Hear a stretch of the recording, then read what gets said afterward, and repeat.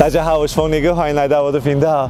我找到小台湾在美洲，南美洲。I'm not sure how many people know about your country in Taiwan, but I will challenge my audience. I'm gonna challenge you. Let's see if they know. But before we reveal, I want to give a little bit info about your country and let them have an idea and let them guess. Please let me know underneath the video if you can guess or if you know this country already. If you don't know, that's fine because not so many people know about this country. My friend Skully comes from an island country, multi-island country, just like Taiwan. Geographically, most of the island is made of mountains and it has nice cities and nice beaches around the islands, and also the country is historically occupied by some other countries just like Taiwan. So history-wise and geographically, the countries are similar. Yeah.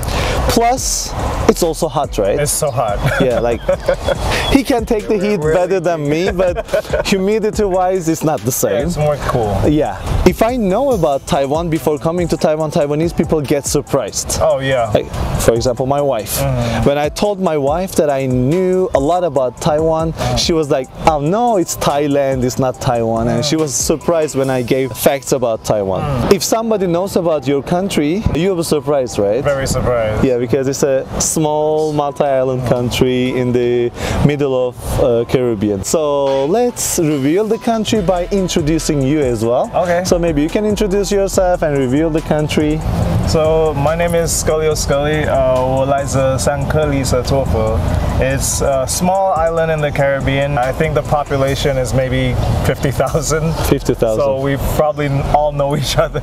Yeah, it's very small, but it's beautiful, and our main industry is tourism. So we have a lot of ways of bringing people there and making sure they have a lot of fun too. That is actually a point that I was gonna tell, that like Taiwan and St. Kitts have like not in common, because I wish more people knew Taiwan, came to Taiwan to explore Taiwan. It's kind of something that Taiwan can improve and Taiwan can have as well, just like your country. Yeah. Since there are so many similarities between your country and Taiwan, of course this is my opinion, was that hard to adapt to Taiwan? It was still hard because I think maybe in Taipei City the traffic and I think maybe the friendliness of everyone is like super different. Like our traffic is more calm, but maybe on the normal level everyone is not so friendly to each other. But here I feel like people really accept me and they don't mind saying hi, or very easy to comment and very easy to like make conversations with one another. I've made so many friends here in just the 4 years that I've been here compared to back home. It's really friendly. As a black person, you are in Taiwan and people are curious, right? They want to know more about you. They kind of maybe start conversation. How about a Taiwanese goes to St. Kitts? Will he or she have problem, or will she have that curiosity or ignorance? I think there's definitely times where you have to be more open-minded, because I've been like places and maybe like someone touches my hair, and I think usually for black people that's like super like, ah, don't do that. But I understand that people want to know, or maybe like they're curious about the style, so I try to be more open-minded and just, as long as it's not disrespectful, I feel like it's okay. You can answer questions and, you know, let people be inquisitive. So I don't mind, but I think if you're moving here, you definitely have to understand there's a different social norms going on. Yeah. But I think vice versa, if Taiwanese were to come to my country, we're very curious too. But we have a little bit of Asian influence in terms of like some of our shopkeepers and some of our like college and students, we teach Chinese as well. So we kind of understand and maybe know about Taiwan, but you don't see a lot of Taiwanese in person, so I think we'd be very curious also. Okay, have you studied Chinese before coming here? No, we just started most of the program, so like when I left is when everything started. Because like, okay, your country is like American mindset dominated.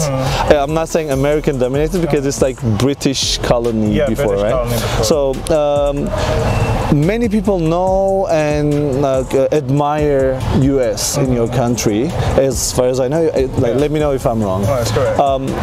How do you know about Taiwan?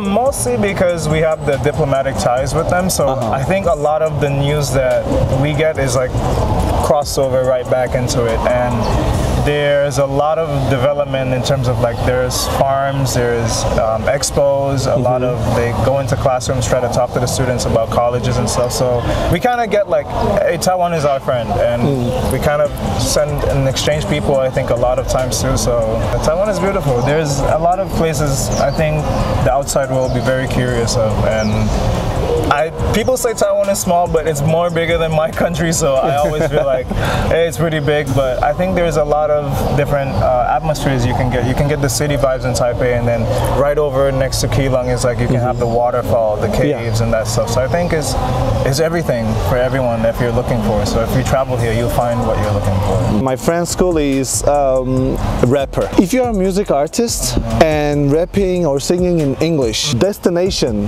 is the US. Yeah. Like an American musical industry and everything. You came to Taiwan, and I just cannot put the pieces of the puzzle together. Honestly, the story is very confusing. Originally, I did want to go to the US, but my sister came here also for a scholarship to study. Okay. And I think just at the time, it's very easy back home to, once you do your associate degree back home, it's very easy just going to work and stay there. Okay. And I think my family kind of saw more for me, so they wanted me to like just go with her. If you find what you're looking for, stay there. If you don't, it's always easy to come back home.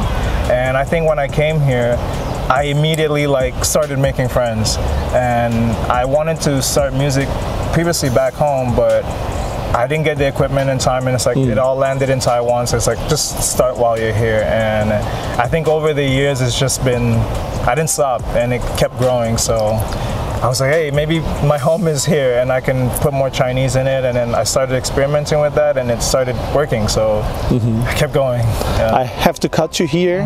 If my friends or my audience want to find your work, where should they look for?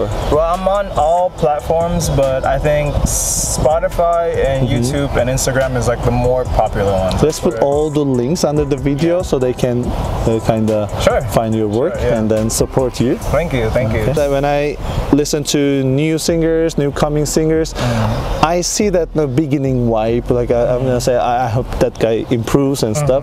But yours is like quite mature already. Like so, I quite like it. Thank you, thank you. All right, I hope you can be even bigger. I hope so. And when you are bigger, we can have the second interview.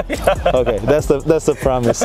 All right, Skully, thanks a lot for the interview, and thank you for answering my questions with your whole heart. And thank you for sharing your music. If you would like to find more of his music, just you are welcome to his platforms. Under this video, I'm gonna list all of them. And yeah, I think St. Kitts is so close to Taiwan. I think so similar to Taiwan. What do you guys think? Did you know St. Kitts before this video?